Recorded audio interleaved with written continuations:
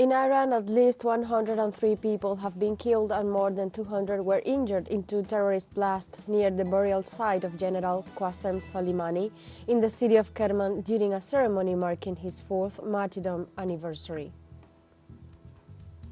In Mexico, the 31 migrants who had been kidnapped in the state of Tamaulipas on Saturday were rescued. Argentinian court suspended the application of the labor chapter of the Decree of Necessity and Urgency issued by President Javier Milei. Welcome to From the South. I am Alejandra Garcia from teleSUR Studios in Havana, Cuba. We begin with the news. In Iran, at least 103 people have been killed and more than 200 were injured in two terrorist blasts near the burial site of the General Soleimani in the city of Kerman during a ceremony marking his fourth martyrdom anniversary.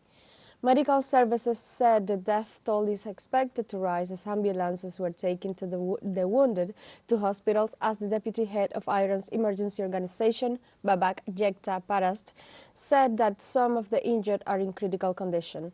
According to IRNA news agency, the first explosion occurred some 700 meters from the grave of General Soleimani at 2:50 p.m. local time, and the second one occurred about 1 kilometer away around 10 minutes later. Until now, there has been no immediate claim of responsibility for the attack. Meanwhile, the Iranian cabinet of ministers has announced a day of national mourning on Thursday.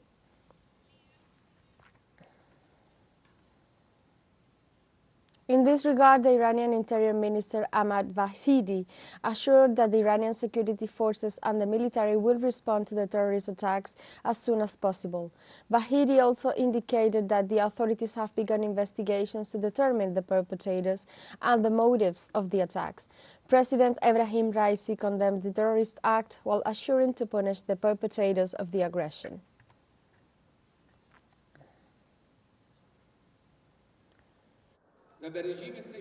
I've warned the Zionist regime, without any doubt, that you will pay a price for this crime and the crimes you committed, which will be very regrettable. These gatherings that you see held in this country, this flood of people that pour towards the grave of Haj Kazem these days, you come to scare the people with your criminal act. You're not strong enough to face the resistance. Your power has lost its effectiveness against the forces of resistance. Are you targeting now innocent people? You should know that you will pay a heavy price for this horrible crime. Amid aggression, Iranian citizens paid tribute to martyred Commander Qasem Soleimani, killed by U.S. forces 4 years ago in Iraq. Tens of thousands of people dressed in mourning clothes marched on Wednesday to Kerman Cemetery to pay tribute to former Commander Qasem Soleimani, killed in a U.S. drone strike in Baghdad International Airport in Iraq. Among the crowd, young people hold pictures of General Soleimani and reaffirmed the country's commitment to avenge the assassination of their commander. In parallel, the countries of Iraq and Lebanon hold memorial ceremonies confirming their loyalty to Soleimani's ideals and expressing gratitude for his service in the army. In this context, from Lebanon, the Secretary General of Hezbollah, Hassan Nasrallah, delivered a speech in the framework of the commemoration of the assassination of the Iranian anti-terrorist commander Qasem Soleimani. The Hezbollah leader took the opportunity to greet all Muslims while regretting the death of several fighters facing the Israeli occupation, among whom he placed the assassination of deputy head of the political bureau of Hamas, Saleh al-Arauri, at the hands of the Tel Aviv army. In this context, Nasrallah also saluted the struggle of the Palestinian people to achieve freedom from the Israeli occupation. Furthermore, the Hezbollah leader highlighted the efforts of the assassin Iranian commander Soleimani so that resistance movements could count on their own capacities. The Secretary General of Hezbollah, Hassan Nasrallah, highlighted the resistance of the Palestinian people in their lands despite the constant Israeli attacks. The Al-Aqsa flood has shown that these people, when they made the decision along with the resistance in Gaza and the acts that followed, the steadfastness and the sacrifices, are proof that Israel lost its plans. The story of Palestine forgetting, giving up their land, or the next generation and the internet generation, all that ended with great failure. It ended in Gaza, it ended in the West Bank, but the Al-Aqsa flood gave a deadly blow to the Israeli plan. The Israelis are very clear now that before these people, who cannot forget their land, who cannot forget their history, who cannot forget their present and their future and their holy places, and that is what the Israeli reflect with sorrow. Nasrallah described the Israeli attacks on the Gaza Strip as the biggest genocide of this century. In the Al-Aqsa flood operation and what is happening today on all battlefronts, the image of Israel fell completely at the moral and legal levels. Israel today, in the views of all countries in the region, is killing children, killing women, destroying houses, displacing civilians from their homes, imposing famine, crushing children, civilians. It is the one that has the largest record of genocide in this century.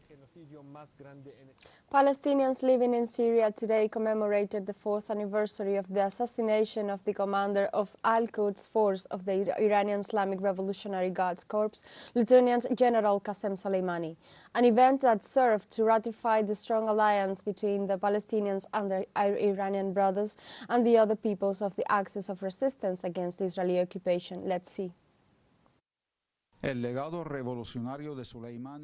Soleimani's revolutionary legacy, the struggle against the Israeli occupation, the invasive troops of the United States, and the terrorist gangs, is still present in the people of the region.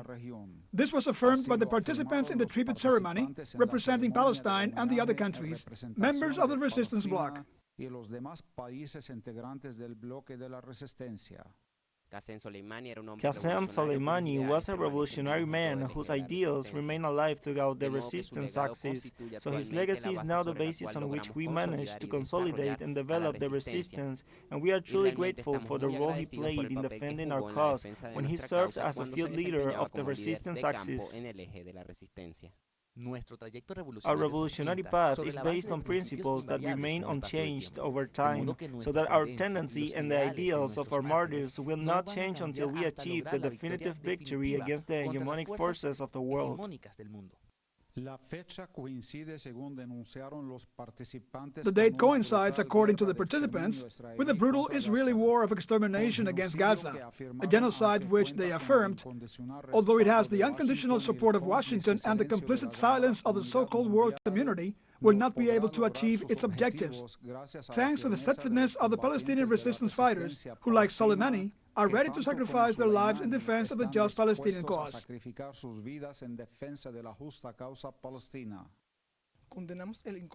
We condemn the unconditional U.S. support for this Israeli war of extermination against our brothers in the Gaza Strip, and believe that to stop this Israeli genocide, it is imperative that our Arab brothers act united in support of the Palestinian resistance and in support of their brave struggle against the occupation troops.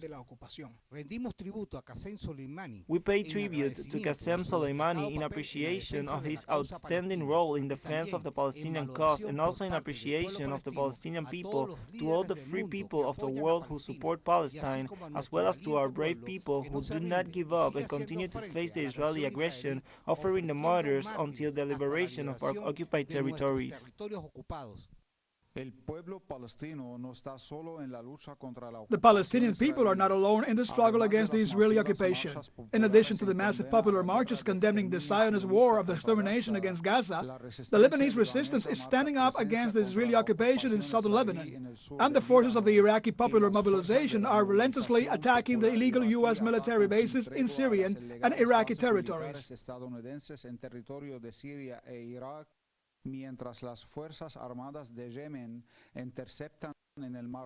While the armed forces of Yemen are intercepting in the Red Sea any ship heading for Tel Aviv, actions that demonstrate that Soleimani, who was assassinated 4 years ago at the hands of the invading U.S. troops in Baghdad, has become an example to follow in the struggle for the liberation of Palestine and the other occupied Arab territories.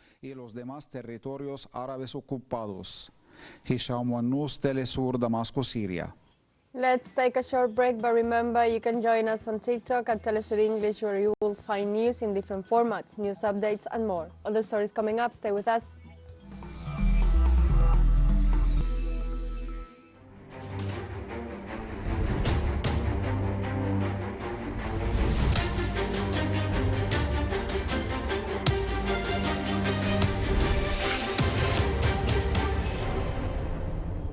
Welcome back. The United Nations Office for the Coordination of Humanitarian Affairs and the World Health Organization denounced new Israeli bombardments against hospital centers and residential areas in the city of Khan Yunis in the Gaza Strip. The organizations pointed out that many of these medical facilities shelters thousands of people who were left homeless by the same Israeli bombing. The director of the World Health Organization, Tedros Adhanom Ghebreyesus, described the attacks as reckless and insisted on his call for an end to the conflict and for the protection of health workers and health facilities. The conflict that began on October 7th has claimed more than 22,000 Palestinian fatalities in Gaza, 70% of them children and women. On Wednesday, the Palestinian Islamic Resistance Movement, Hamas, announced that it had frozen all talks on the exchange of hostages, hostage takers, and a possible ceasefire following the assassination of Saleh al-Arodi. Shortly before the crime committed by the Zionist government of Israel, the leader of the resistance, Ismail Haniyeh, subscribed to proposals from Egypt and Qatar on the ceasefire. In the meantime, both Cairo and Doha have been informed of the suspension of any agreement or dialogue. It should be noted that neither the Washington government nor Tel Aviv have referred to the assassination of one of the key figures of the resistance, along with 6 other commanders. On the other hand, it was learned that on Wednesday, Hezbollah leader Hassan Nasrallah will deliver a speech. In Mexico, the 31 migrants who had been kidnapped in the state of Tamaulipas on Saturday were rescued. The authorities indicated that the rescue was carried out through an operation that tracked the phones of those involved, the analysis of the videos recorded by the bus, and the routes on which the migrants were being transported. The officials detailed that the citizens are receiving the corresponding medical attention. In this context, the security forces emphasized that the motive for the kidnapping is unknown at this time, while the investigations continue to determine the causes of the kidnapping. Argentinian court issued an injunction suspending the application of the labor chapter of the decree of necessity and urgency issued by the government of Javier Milei. The resolution was taken following the request of the General Labor Confederation, which had appealed a first-instance resolution and ordered the ruling of a precautionary measure to wait for the analysis of the constitutionality of the reform made by means of the DNY. Likewise, the magistrates of the court postulated to refer the case to the Federal Administrative Court so that it might define court should process the file. The judges also pointed out that several of the norms that the national executive power intends to modify without the intervention of the legislators are of a repressive or punitive nature.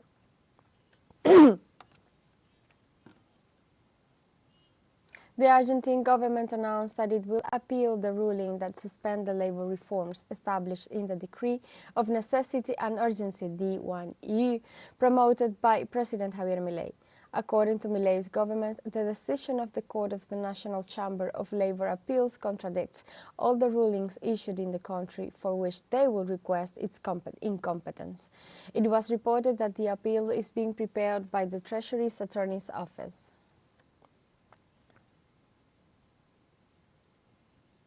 President-elect of Guatemala, Bernardo Arévalo, expressed that he will reverse the decisions of the outgoing government led by the current president, Alejandro Yamatei. Arévalo indicated that the first action he will take upon assuming the government on January 14th will be to revoke the decrees imposed by the outgoing government, pointing out that it is irresponsible. He also pointed out that Yamatei will hand over to him a weakened executive power, which has been pointed out by analysts and social organizations as responsible for the deterioration of the rule of law and democracy in the country.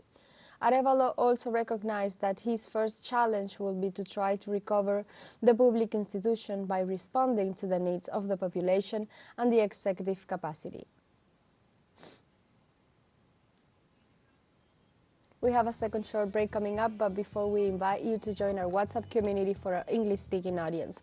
You can scan the QR code on screen to join directly and share the link to reach more people. Constant news, coverage of Latin America and the Caribbean, as well as the rest of the world. Stay connected and informed with teleSUR. Final short break, don't go away.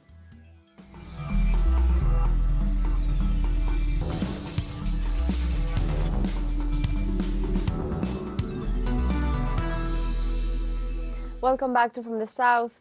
In Serbia, the Republic Electoral Commission confirmed the victory of the Serbian Progressive Party, the SNS, of President Aleksandar Vučić in the legislative elections on December 17th, with 46.75% of the votes. According to the final results published on Wednesday by the electoral body, after processing 100% of the ballots, the coalition formed around Vučić obtained over 46% of the votes, consolidating its victory in the parliamentary elections. Meanwhile, the opposition bloc Serbia Against Violence obtained 23.66% of the votes, coming in second. General elections are held in Serbia at least every 4 years. The previous one had been held in 2020, when the alliance led by the party headed at that time by Vučić came to power alone.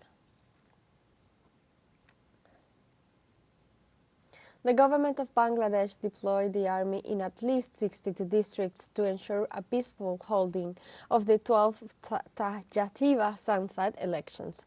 Through a statement, the Ministry of Defense informed that the military will remain on the streets at least until January 10th, with the reinforcement of the coast and border guards in the administrative divisions close to the sea.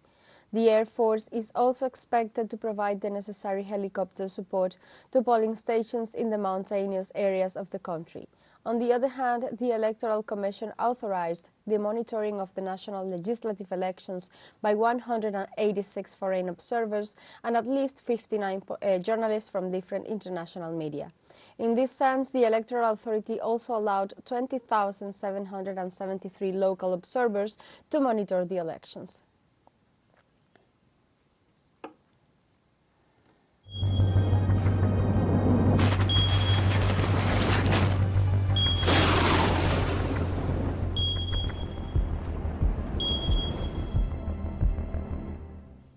On Wednesday, the French Flood Risk Information Service declared a dozen rivers in the northern half of France on orange alert. The French authorities on Tuesday had placed the region of Pas de Calais on red alert. A coastal river that flows into the North Sea has been affected by exceptional flooding. According to the prefecture of Pas de Calais, more than 50 municipalities in the department have been impacted and 198 people have had to be evacuated. In this sense, at least 2,000 people are without drinking water. In turn, local media added that in Pas de Calais and the neighboring department of Nord, more than 10,000 households were without electricity.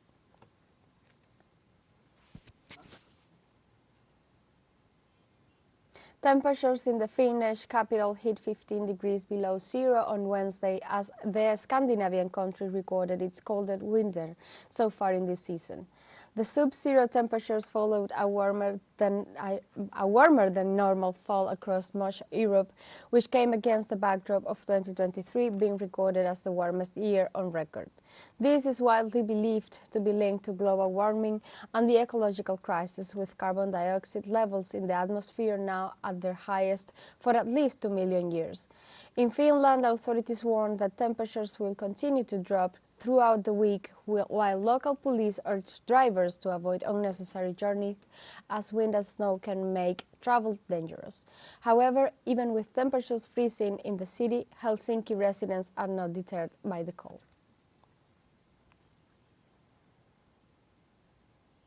We have come to the end of this news brief, but you can find this and many of the stories on our website at telesurenglish.net and join us on social media, Facebook, X, Instagram, Telegram and TikTok. For TeleSUR English, I'm Alejandra Garcia. Thank you for watching.